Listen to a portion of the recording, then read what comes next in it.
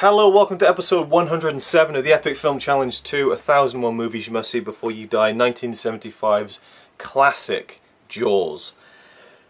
What can you say about Jaws that hasn't already been said? You know, it's like the Beatles, it's been over-explained, to quote Billy Corgan. Jaws is just a great film. It's a great film, and whether you've seen it for the first time or 10th, 11th, 12th, 13th, 14th, 15th, it never loses its punch. I suppose, why would it lose its punch on the first viewing? But you know what I mean. You understand what I'm trying to say. It's always great to come back to these characters, like revisiting old friends.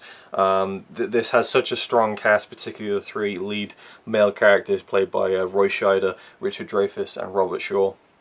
All phenomenal in the film. The story follows a small seaside town where a great white shark has kind of invaded proceedings and killed a girl.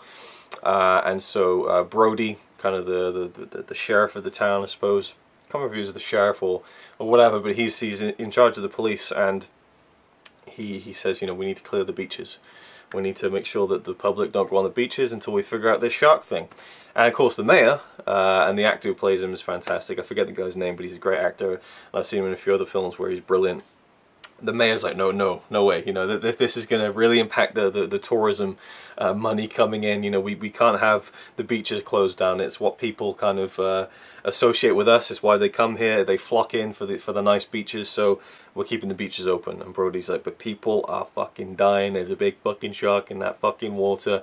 Get the people off the fucking beach. Okay, he doesn't say it like that, but says it a lot more eloquently than I just did, which is probably why I don't write movies. But the mayor and Brody, they have this battle of wills, and so Brody kind of almost goes rogue to try and figure out this shark business. We have this kind of oceanographer coming in, Hooper, played by Richard Dreyfuss, who is kind of investigating what's going on, and then we have Quint, played by Robert Shaw, who tells him that he knows what this shark is all about, and he can take them out there and kill it, and he knows what to do for a price.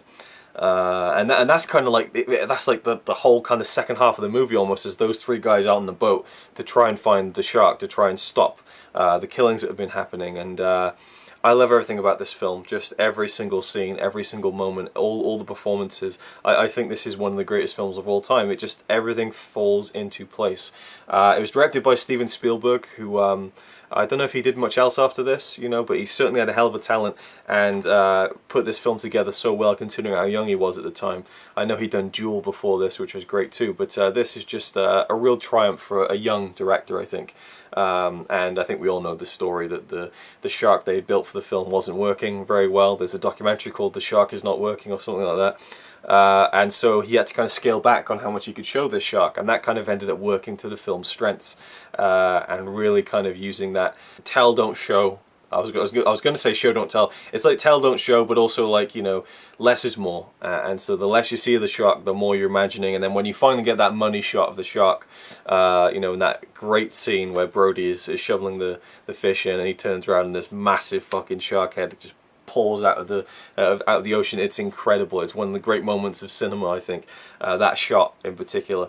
Robert Shaw is my favourite part of this whole film. He's phenomenal. Richard Dreyfuss, I think, is great, and Roy Scheider does a great job of anchoring the whole film with his kind of moral compass and his determination to kind of sort out this problem, and not just kind of be lackadaisical about it like the mayor is and letting people die. And I love how that confronts him, and how that plays into it, the kind of the morality of it. You know, there's a woman whose son dies, and there's a great scene where she kind of you know, gets quite angry about that, and for the right reasons, but you know, there's a lot of kind of black and, what was I going to say, shades of grey. I was going to say, it's not black and white, you know. I'll leave that in, you can have that for free.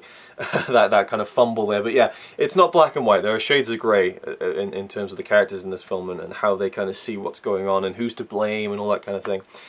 But you know, it's shot great, but it's the performances, I think, that really just, I mean, they just cast this film so well.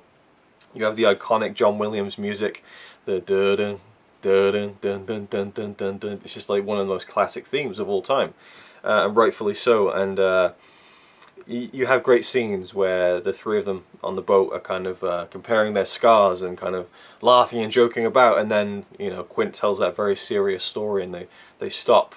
And it's a very kind of not emotional, but it's a deep scene. And then they're back to joking and laughing again, and you know, it throws you through these different emotions.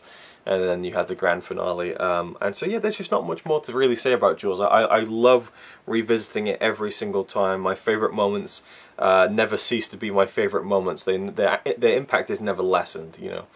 I just, yeah, it's just one of those films you have to say. Is it a film I see before you die? I would give this one of my highest recommendations ever. I do think it is one of the all-time great films. And yeah, I mean, I've only been talking for 5 minutes. I usually go a lot longer than that, but I don't feel like I have too much more to add about it. Every time I watch it, it just keeps getting better. And that is a sign of a great film, and the mark of a great director, but also the mark of great performances too. And of course, Steven Spielberg went on to make so many more great films, but I wonder if this is perhaps still Spielberg's greatest film. I'm not sure, but I feel like it might be. And it's one of those films that is timeless and keeps being, it just keeps getting brought back up again. I went to see it in the cinema a few years ago. It was kind of a revival, I guess, which we're seeing a lot more of these days, which is really cool to hear all these great classic films being shown in the cinema again. But one of Jaws was shown again. It was, that sort of thing was just starting to happen. They'd just done it for Back to the Future for its 25th anniversary. And then they threw Jaws up, and it was great to see that on the big screen. That was such a great experience. I loved that.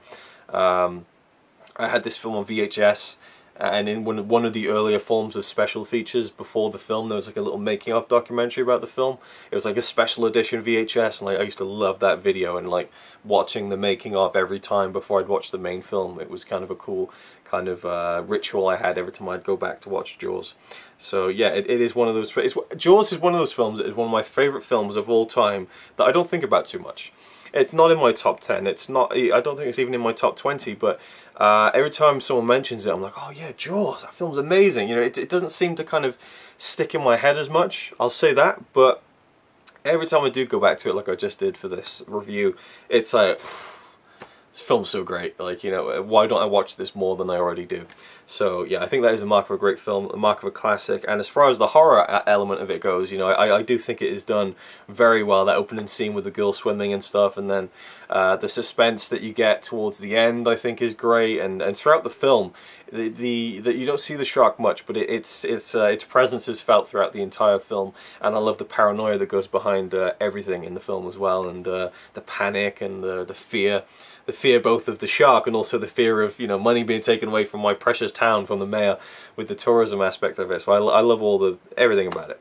And I think that this has been kind of a meandering, kind of gushing video, but it is what it is. And let me know your thoughts about Jaws down below. And thank you for watching. I think that's all I've got to say. Or is it? I was kind of just like, I stopped recording, I'm thinking, was there anything I didn't really touch on, because it felt like a light review for me.